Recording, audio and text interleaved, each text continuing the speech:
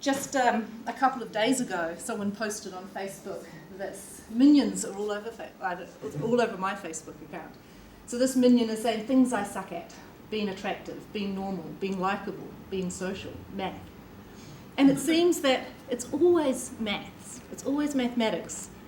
It never seems to be any of the other subject areas that are singled out.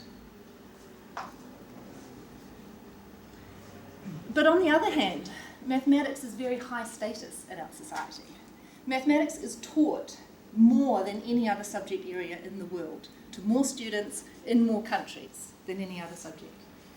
It's also, certainly in New Zealand, it's a gatekeeping subject. Do you know what I mean by gatekeeping subject? It's to get into university in New Zealand, you need to get a certain level of mathematics. Even if you are going to study the arts or something else entirely, you need mathematics in order to study further. So it's a gatekeeper.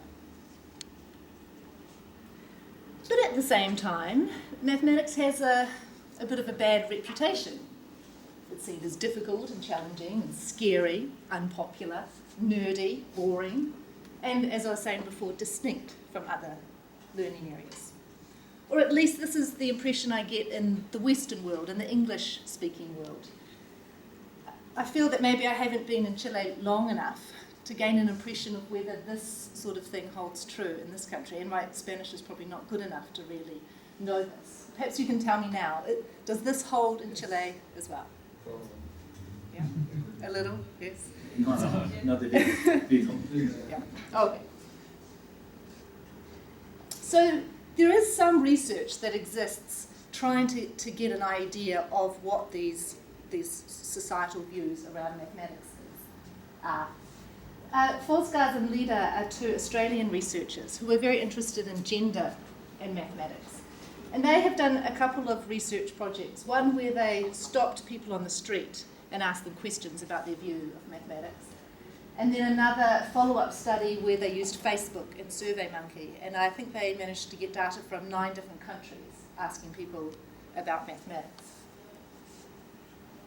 And they found that the majority of the respondents, more than half, said that they liked mathematics at school. They considered themselves good at the subject. And overwhelmingly, they said that mathematics is important, again, high status, important to study, and also important in helping to gain a job. But these views are of individuals when asked their personal opinion, and they're not so much kind of a more general idea of the image that mathematics has. So Sam and Ernest were trying to get more at this image idea when they surveyed people in Britain. They first of all defined image as both a mental picture of mathematics as well as an affective component, so the attitudes and beliefs and the emotions that people had about mathematics. And so they sampled more than 400 adults and then followed up with some interviews and found that most statistically significant findings was that mathematics was seen as boring, it's difficult, or challenging. So slightly more negative, but not completely negative. Again on the image of mathematicians, Pickett and Berry adapted the Draw a Scientist test to be a Draw a Mathematician test. And they asked students of age 10 to 12 in Europe and the US to draw a mathematician. And you can see from these pictures that they're drawn as some stereotypical images. So we have this mathematician here in his white lab coat with his band-aid on his face and his disheveled hair. Both of them had pens in their pockets, of course, so they could quickly note down those formulas that occur to them. And they're a little bit socially not quite coping with normal society. The pants are too small and there's stains on the shirts and there's something going on with their shoes in both cases. So their research found a number of things. They found that the students relied on stereotypes from the media in their drawings. And also their themes included the disparagement of mathematics and mathematicians, that they portrayed mathematicians as foolish, but also overwrought. these mathematicians were so busy thinking about intellectual things that they weren't able to cope emotionally in the drawings. And some depictions of mathematics as being powerful. But one really surprising thing that came out was a number of the students drew mathematics teachers rather than more general mathematicians. And the theme of, they called it mathematics as coercion, where they drew these teachers in violent roles. So we have two of the teachers here with guns pointing at the students of mathematics, which is quite extreme. And they're not even from the US. Was it too soon? And in this picture over here, we have the evil mathematician staring at the students with these nasty eyes. And in the background, there's someone caning another student. And it's got a devil's tail as well. So they're quite extreme images of these mathematics teachers. What was the student that answered this? I mean, what was the sample? They're students of age 10 to 12 years old. And they're Randomly chosen? I think they got a massive number of students. I think they weren't randomly chosen. I think they were just the entire class. But I'll get back. And these are the worst. These are the pictures in the article. Yeah. So I imagine they're the most extreme examples. Yeah. I would hope that not every student in Europe would draw teachers with guns. So moving into the mathematics portrayal in the media, there's Evans and colleagues researched newspapers in the UK, and they collected a sample of sort of highbrow, middle and lowbrow newspapers, and collected all the advertisements that contained any kind of mathematics in them. And so this one example here shows innovative financial solutions with Northern Trust, and we've got a nice parabolic curve here to demonstrate that Northern Trust are so innovative with their solutions. Of course, it's just a linear function that they're kind of implying here, but it looks more mathematical if you have a parabola. And here we have a boy playing with a toy rocket, and the message is quite clear that if your child plays with this rocket, they will think very mathematically and be able to do advanced mathematics, or I can use my pointer, advanced mathematics like this, what they're playing. So their conclusions were that mathematics is used for marketing purposes. Mathematics is used to try to make the product seem more intellectual. But they also argue that the advertisement, there's not a causal thing going on in one direction. Advertisements reflect the meanings that we give to mathematics in our society, but they also help to elaborate these meanings. They help to generate these meanings for us. And I'll come back to that idea again when I look at my data. Mendick and colleagues researched mathematics in popular culture. So they collected a whole range of books, TV shows, and movies and analysed the mathematics in them. So one example of a book is The Curious Incident of a Dog in the Nighttime. Has anyone read it? It's quite good. It's good. Beauty and the Geek is a TV show. Is anyone familiar with that? It's a terrible, terrible show. They take nerdy men who are very good at mathematics and science and put them together with stupid, beautiful women in romantic situations. And the whole idea is that the women teach the men how to be more beautiful and socially acceptable, and the men teach the women how to grow a brain. It's a very stereotyped TV show, but it's been going on for a number of seasons. And then there's some movies, some examples, A Beautiful Mind, yeah? And Rain Man, that one's it's quite old.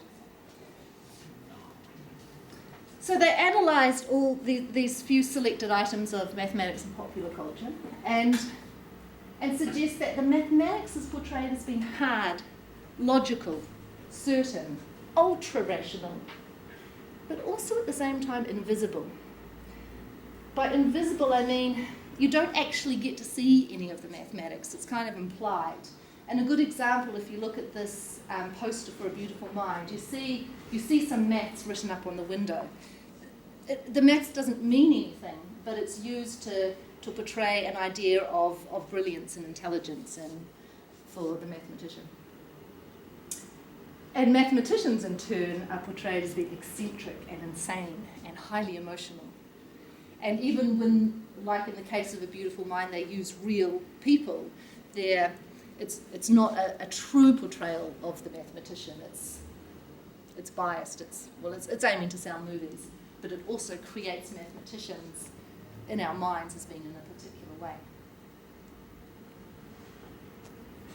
They went on to interview students to talk about how they responded to the images of mathematics in popular culture. And these students responded to the ideas of mathematicians as being geeky, nerdy, or odd. But at the same time, the students were aware that these were stereotypes, but were unable to call upon any kind of alternative ideas. So they responded to stereotypical images of mathematicians, yet and knew they were stereotypes, and yet couldn't kind of say, oh, but mathematicians are sometimes cool. They had no alternative images. Does that make sense? And finally, a similar study, Esmond did a similar study looking at mathematics and popular culture, and she focused in on a TV series called Numbers. Has anyone seen this TV series? Some people? Is that the policial? Ah, it's in Spanish too? Huh? Is it in Spanish too? ¿No la policía? Sí, es sobre un ayuda su hermano y un matemático ayuda a su hermano que trabaja para la FBI. Claro, So the idea of Numbers is that the main guy, the mathematician, uses his mathematics to help solve crimes. And the tagline is, we all use math every day. But the way the TV show portrays the mathematics in the show is it makes it seem as if the mathematics is far too difficult for any of the other characters in the show, far too difficult for the viewers. Rather, it's something that's only for the professional mathematicians. So the we is debatable. And finally, many of these studies focused in on gender, as well as looking at the images of mathematics. They were interested in gender. And in general, there was a lot of results finding that the mathematicians portrayed in the media were more often male. But a lot of the results of the attitudes by the general public to mathematics was much more balanced. So it's not different according to gender. Both the males and the female respondents in surveys tended to respond similarly. So the media might be portraying mathematics as being a male domain, but the public weren't reacting in that same way. Which brings me to my study, looking at the mathematics in young adult fiction novels. So why was I interested in this? So young adult fiction is a really growing genre at the moment. Although these novels are pitched at teenagers, they're being read by a lot of people outside that small window. And some of the authors of these novels are making a huge amount of money as their novels are translated into other languages. All of these novels are included in my study, and all of them are available in Spanish, although I read them in English. And a lot of them have been made into movies as well. So it's a growing area. It's been outside of mathematics education, but within education, this genre has been studied looking at things like gender representation or representation of other social groups or the construction of adolescence and various other things like this. But it hasn't been researched within the context of mathematics education before now, as far as I can tell. But also, while I was doing my thesis, I was based in an education department at Auckland University, and I had access to their large library of young adult fiction. And while I was reading my extremely difficult, dry, theoretical text for my thesis, for some light relief, I read a whole lot of young adult fiction because it was fast and easy and didn't tax my brain at all. And while I was reading these novels, it felt to me like mathematics was getting a raw deal in these books. It felt like mathematics was being treated unfairly, it was being portrayed more negatively than the other subjects. But I didn't know whether I just felt that because I was studying mathematics education and therefore I was sensitive to this, or if it was actually happening, if there was a negative representation of mathematics. So I was quite keen to study this and find out. Yes, I said all that. It's easier, I know it's easier to read than to listen sometimes. But the problem, so my first problem when I went to start the study was how to find a sample, or how to choose a sample of young adult fiction. Because I didn't want to do what some of the other researchers had done and just pick a whole bunch of movies or pick a whole bunch of books that portrayed mathematics negatively. I wanted some kind of objectively formed list that I could analyse and get some kind of true sense of positive versus negative.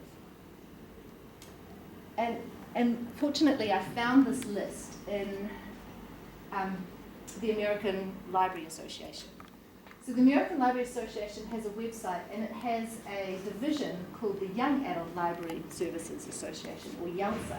So this is YALSA's website. And YALSA produces a top 10 teens list every year. So basically all the publishers send their favourite books, most popular books, likely bestsellers, to a group of different book clubs in the United States. And these book clubs create a short list of books which are posted online, and then teenagers read the books and then vote on their favourites. So in October each year, the favourites are voted on, and that generates the final 10 that are the top books for the year.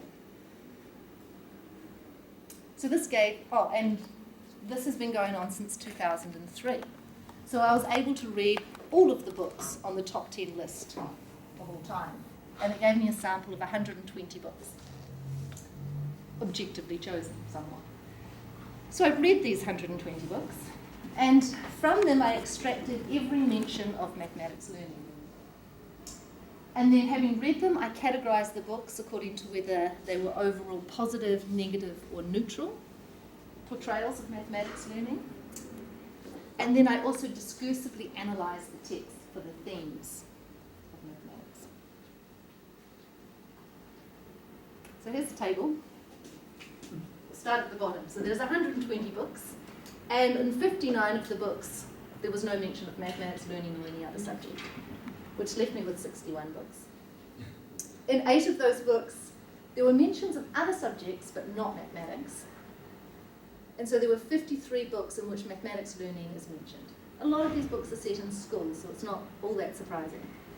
32 were negative, 15 neutral, and 6 positive.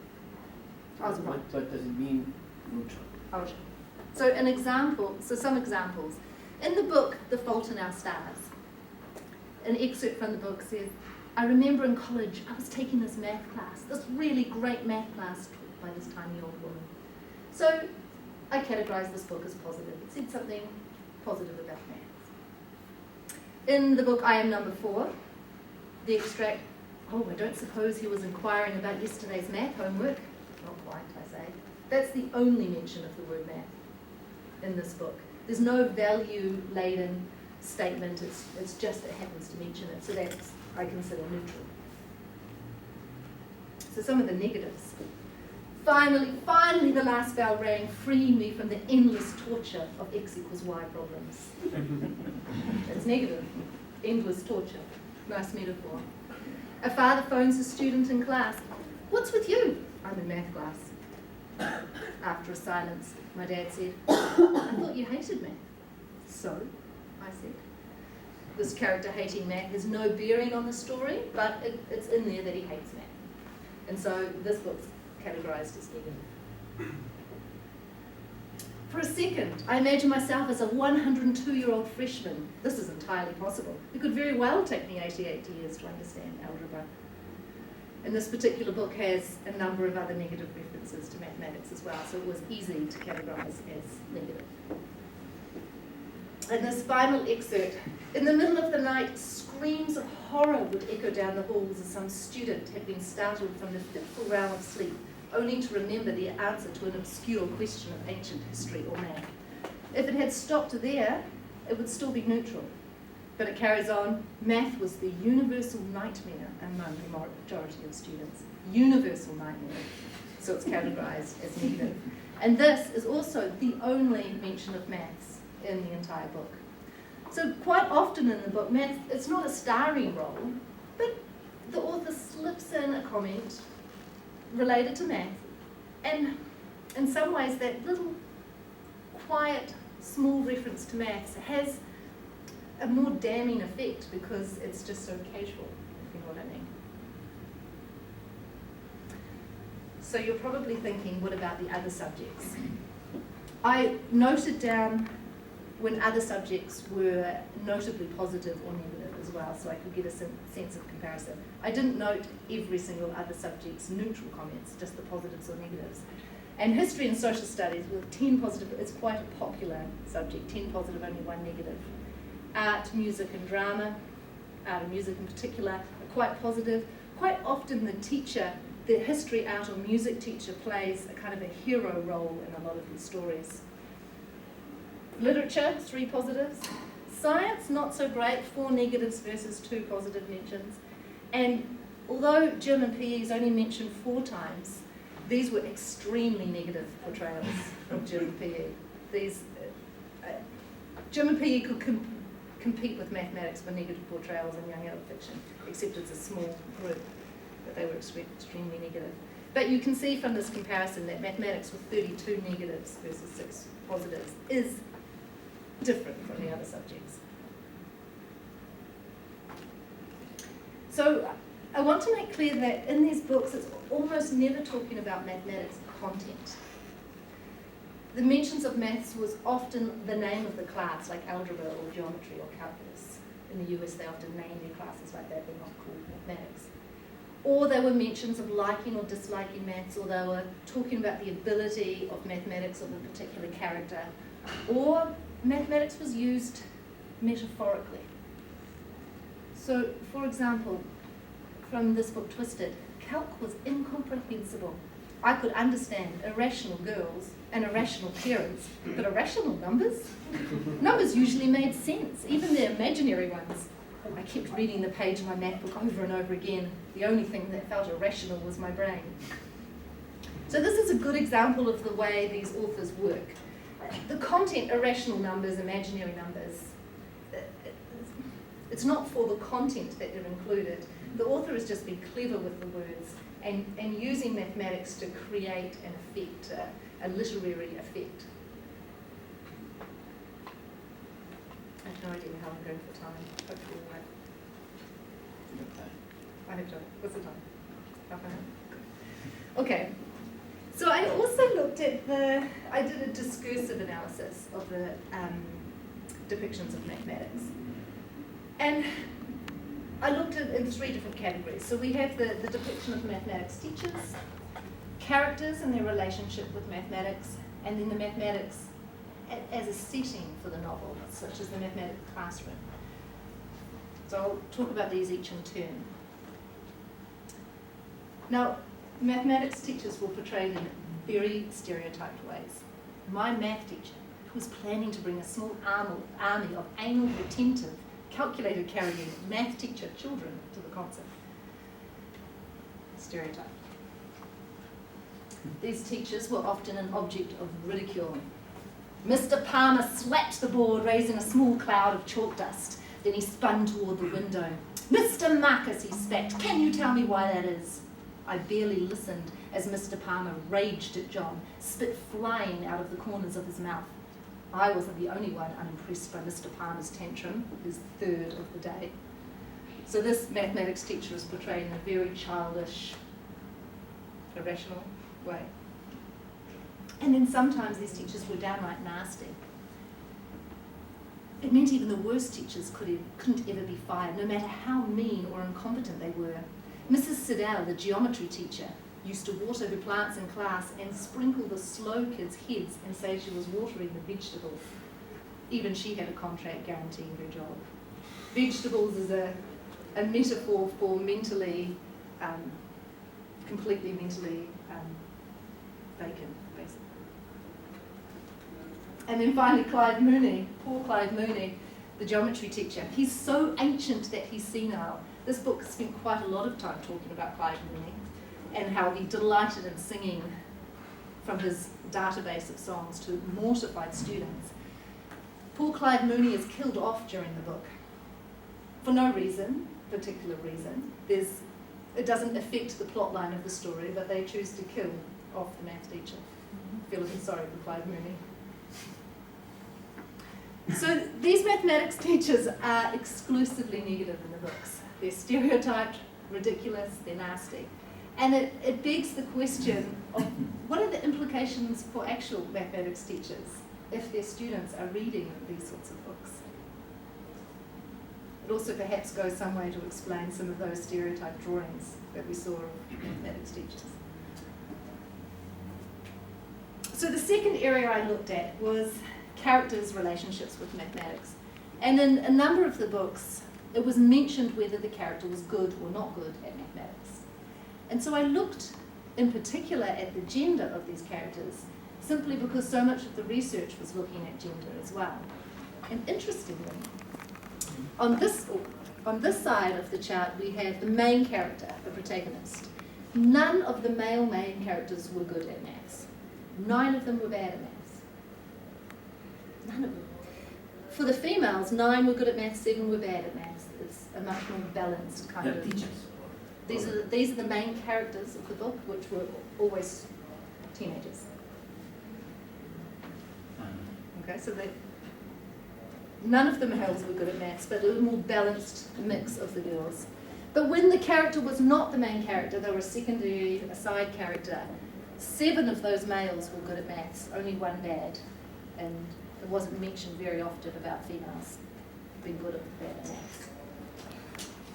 So it looks like these books are portraying more girls as good at maths than boys as being good at maths. But in literary analysis, they often talk about stock characters, and the stock characters are the secondary characters, and they're often more stereotyped. So we have our mathematics teachers portrayed in stereotyped ways, and it's the secondary characters that are more stereotyped, with lots of the males being good at maths. So a stereotype that society holds is more apparent in the secondary characters than in the main characters. The main characters have their characteristics more fully developed. But there was some evidence of the othering of mathematics. So the author tended to treat mathematics as different from other subjects in a number of cases. So for example, I was practically a straight A student. I aced everything but math. In Winter Girls, the main character is repeating math that year because she failed the previous year. The main character in Drums, Girls and Dangerous Pie wound up with A's and B's in English, Science, Social Studies and Spanish, and a big fat D in maths. And the main character in Eclipse, finals were done and most of them had been a cakewalk. A cakewalk means really easy. Calculus, the one exception, was behind me, pass or fail. So it seems like the authors are happy to portray these main characters as being good students, except for in maths. It's okay to be different in maths. You can still maintain a generally intelligent character with a minor flaw of mathematics. So the good news from this is that there are scripts available in these novels for the girls to perform good at mathematics.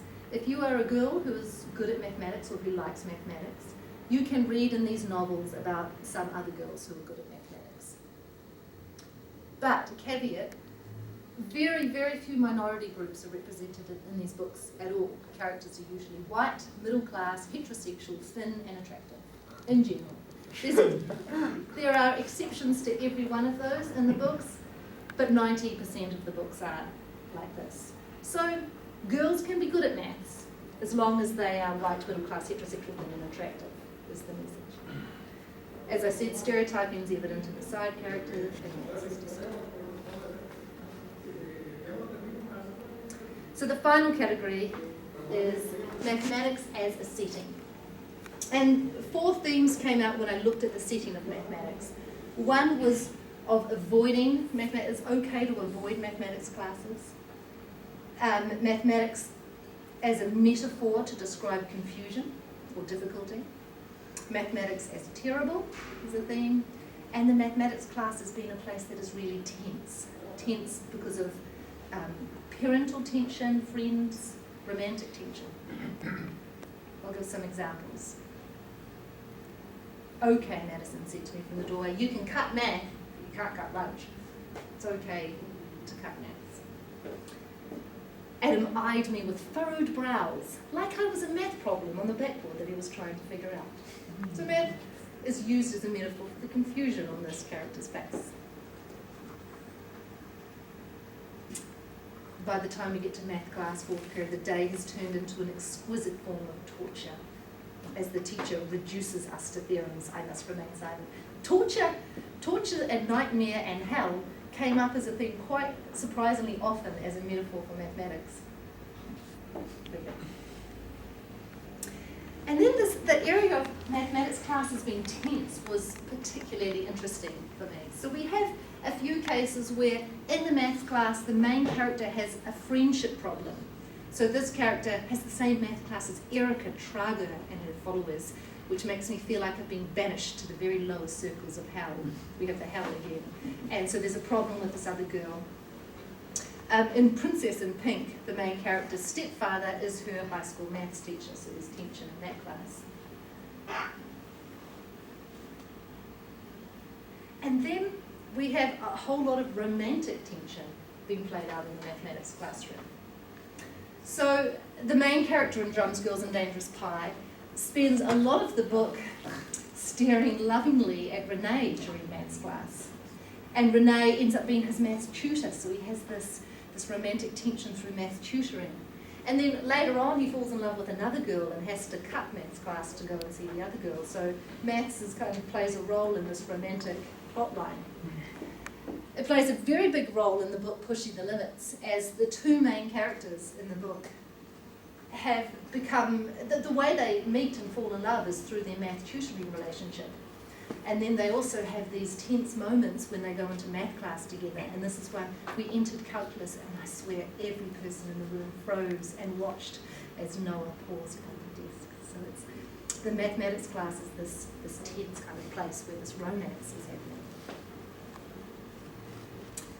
So, because of these few examples, I went and looked further about love as a plot development.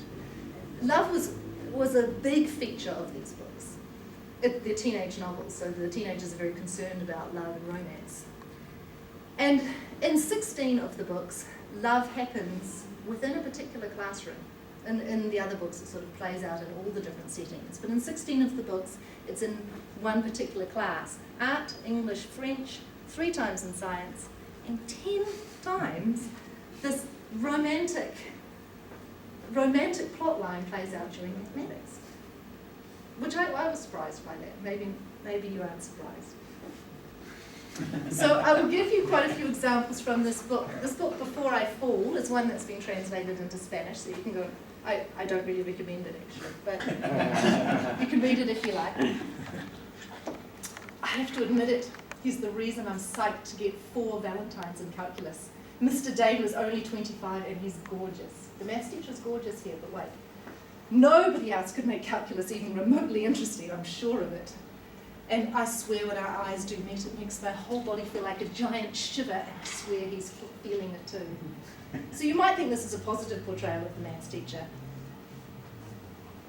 Why do you flirt with Mr. Dane? He's a perv, you know. And it turns out he is a pervert, because later on in the story he sexually harasses the main character. So it turns out this one case where we have a gorgeous mathematics teacher, he actually is a sexual deviant, pedophile. Yeah. Another comment, maybe I'm only one math class away from being a slut like Anna to your. And in freshman year, Amy spread the rumour that Ali let Fred Doonan and 2 other boys touch her boobs behind the gym in exchange for a month's worth of maths homework. Of course, that's just normal, right? Missed opportunity, perhaps. And then, when the main character falls in love for real, near the end of the book, I think he's going to kiss me right here in the math wing of Thomas Jefferson High School, and I almost pass out. This sentence could easily read, he's going to kiss me right here in the corridors at school. But the author says in the math wing of Thomas Jefferson High School. The math classroom adds to the romantic impact of the scene for some reason. And I suggest that the authors are using their idea of maths being a tense kind of place to add to the romantic impact somehow in the story. Because these authors are writing in this way on purpose. They're trying to generate an effect, and they're using the mathematics to develop the characters. They're using it as a setting. They're using mathematics metaphorically for certain effects. And they're using mathematics to generate, or perhaps to reflect, a feeling of tension, such as romantic tension.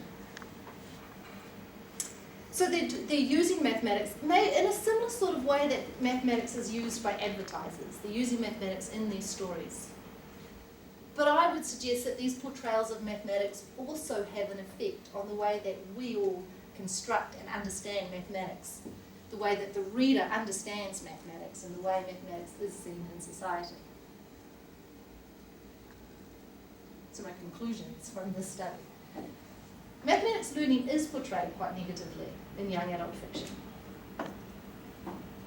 It's used metaphorically as a literary device for effect. The mathematics teachers are subjected to extremely negative positioning in these stories. There is a gender balance in mathematics ability of boys and girls, but other groups in our society are completely not represented. And the mathematics class is being portrayed as something to be avoided, as terrible, as confusing, as difficult, and as, above all else, tense. Almost finally, the implications for the study. So I think the study contributes to an understanding of our portrayals of mathematics in society. It provides a measure or a litmus test, if you like, for how we see mathematics. And it's a study that could be repeated in the future. In another 10 years' time, you could take another group of young adult fiction and see if there's any change in this. There are possibly negative consequences for mathematics teachers. Their job may very well be more difficult due to their negative positioning. If they receive students who walk in that door already assuming that they are going to be perverts or mean or ridiculous or nasty, their job is more difficult. Mathematics may be a device to outward love. That's a joke. Young adult fiction both reflects and elaborates the notion of mathematics classrooms as tense. So we have to be open to the possibility that mathematics classrooms are tense for a lot of people. Possibly for all the authors of these books, they were places that were really tense. And so, which is partly why they're using them in their stories. So possibly they're reflecting society, but also they're helping to create the tension by generating expectations for that tension in the classroom. So future research directions from here is obviously gaining more insight into the reaction of the teenagers who read these novels. Interviews with teenagers would be a good idea. And I'd like to issue a challenge to write some young adult fiction that has positive portrayals and positive positioning for mathematics learning. You never know, you might end up being a billionaire like J.K. Rowling. Whoops. That end. Gracias.